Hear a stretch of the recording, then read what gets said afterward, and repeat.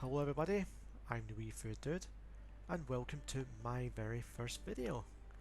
And I thought I would kick things off with something I love to cook and eat no matter the time of year, and that is slow cooked beef ragu, or my take on beef ragu. This is by no means traditional, so yeah, I thought I would share this one with you for my first recipe, and yeah, let's get into this. So for this recipe I have decided to keep things nice and simple. It doesn't require an awful lot of ingredients, but you can add things to it if you wish, such as carrots, celery, red wine, or some. It's stuff that you normally find in like a bolognese or ragu. But this time I decided not to add any of that. I might do it in a future video, but we will see. So for this recipe you will need 700 grams of diced beef steak, 400 grams of chopped tomatoes, 1 small onion diced, 1 large clove of garlic diced, a tablespoon of tomato puree or tomato paste, 150 ml of beef stock, and for the herbs you're going to need a teaspoon of dried oregano, a teaspoon of dried basil, half a teaspoon of dried marjoram, and a quarter teaspoon of dried thyme. For the purpose of this video, I'm going to be doing this recipe as if I was using a slow cooker. I'm going to be using a pressure cooker, but if I had a slow cooker, this is what I would do. So into a frying pan add a couple tablespoons of oil. I'm using a vegetable oil, but you can use whatever you wish, and bring it up to a high heat. And when the pan is up to temperature, add in your meat. Now you want to be doing this in small batches. I did mine in 4 batches. The purpose of this is to add a bit of caramelization on the piece of meat, and if you overcrowd the pan, the beef will just start to boil in its own juices, so make sure to do this in small batches at a time. And you want to seal your meat on all sides, so yeah, give each side a couple of minutes and then turn over. But as you can see, I didn't put my pan up to temperature. I got a little bit impatient, so yeah, the pan wasn't hot enough, so that's why the piece of meat are looking a bit grey on the sides. But you might want to wait a couple of minutes before the pan comes up to temperature, then add in your meat.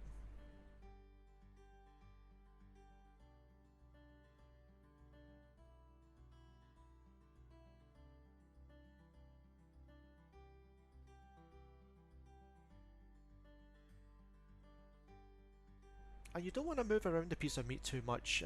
When you turn them over, be sure just to leave them alone, then that way they can get that nice burnt caramelization effect on the sides.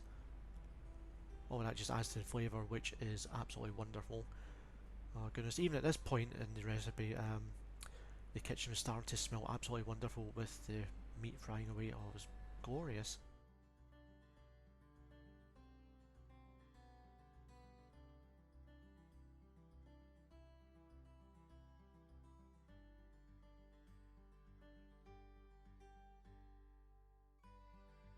Every time you fry up a batch, be sure to put it into a bowl out of the way and just carry on. Now as you can see, the bottom of the pan has a nice fond at the bottom, which just adds to the flavour. It's absolutely wonderful. But yeah, as you can see, I'm just doing it in small batches, and yeah, the end result will be absolutely wonderful.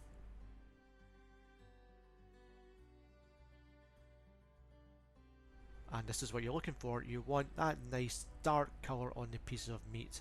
Oh god, just watching this makes me want to, dive into it already.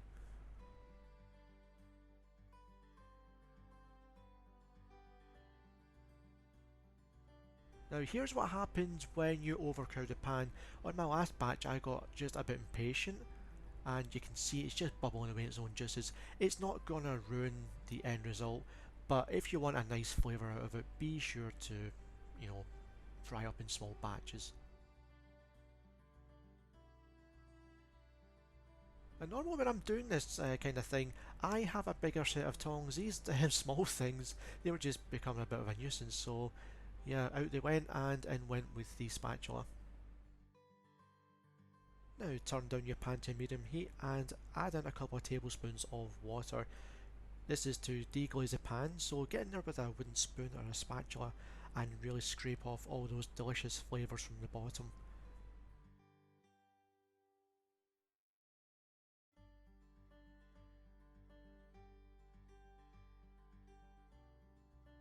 And add in your onions and garlic and saute them for about maybe 5 minutes or so until they're translucent and soft.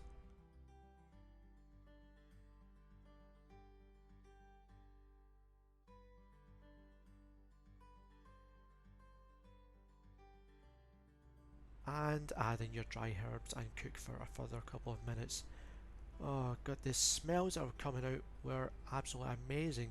The onions and garlic and herbs all frying away, it was so good.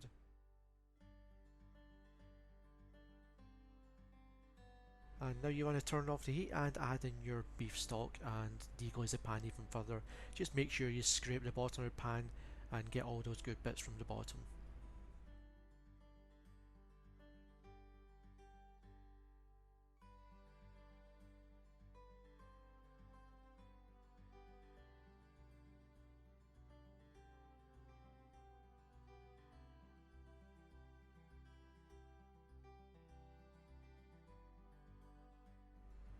And here's what I'm using for this recipe. This is the pressure cooker.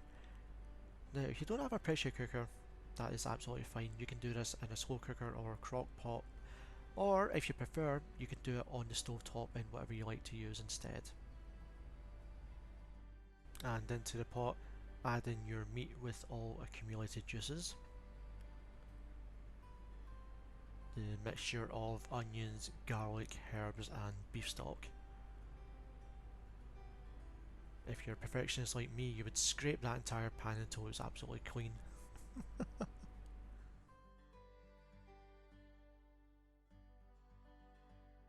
Then add in your tin of chopped tomatoes. I like to add a little bit of water to rinse out the can.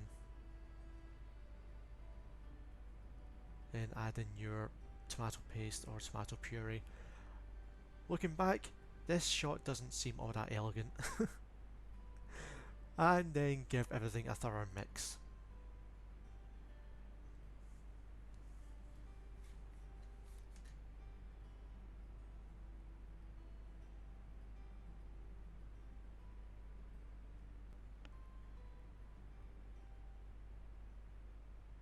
Now I'm going to be using the stew function. I don't know whatever it is you're using, but I have a stew function and I'm going to be running it for 2 hours. Now if you're using a slow cooker, I recommend the high setting for 8 hours and the low setting for about 12 hours.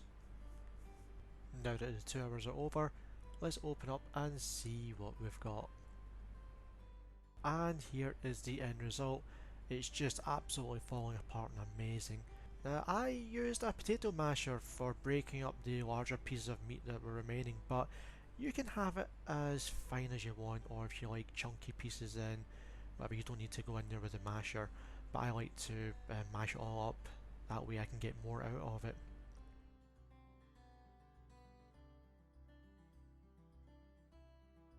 And there you have it, my take on a slow cooked beef ragu. I served mine up with some penne pasta and I used some parmesan cheese on top. Now you don't have to use parmesan cheese, but I like to use parmesan. Now I must note that in the recipe I didn't use any black pepper. That's because the wife doesn't like black pepper. She finds it to be a bit too hot for her liking, so I end up using some ground black pepper on my plate instead. But in the recipe, I would put in some black pepper when adding the herbs to the onions and garlic. Well, on that note, I want to thank you all for visiting today. It's been super wonderful, and I do apologise if I seem a bit nervous. This is my first time doing this kind of thing. I'm going to leave a list of ingredients in the description below, but if you have any comments or anything, feel free to leave something. It's always good to have some feedback. If you want to catch future recipes, feel free to subscribe to the channel. It will be much appreciated. And you can also catch me on Twitter at WeFoodDude, and I'm also on Instagram as well. Well, I hope you all have a wonderful day, and I shall see you all again next time with another recipe.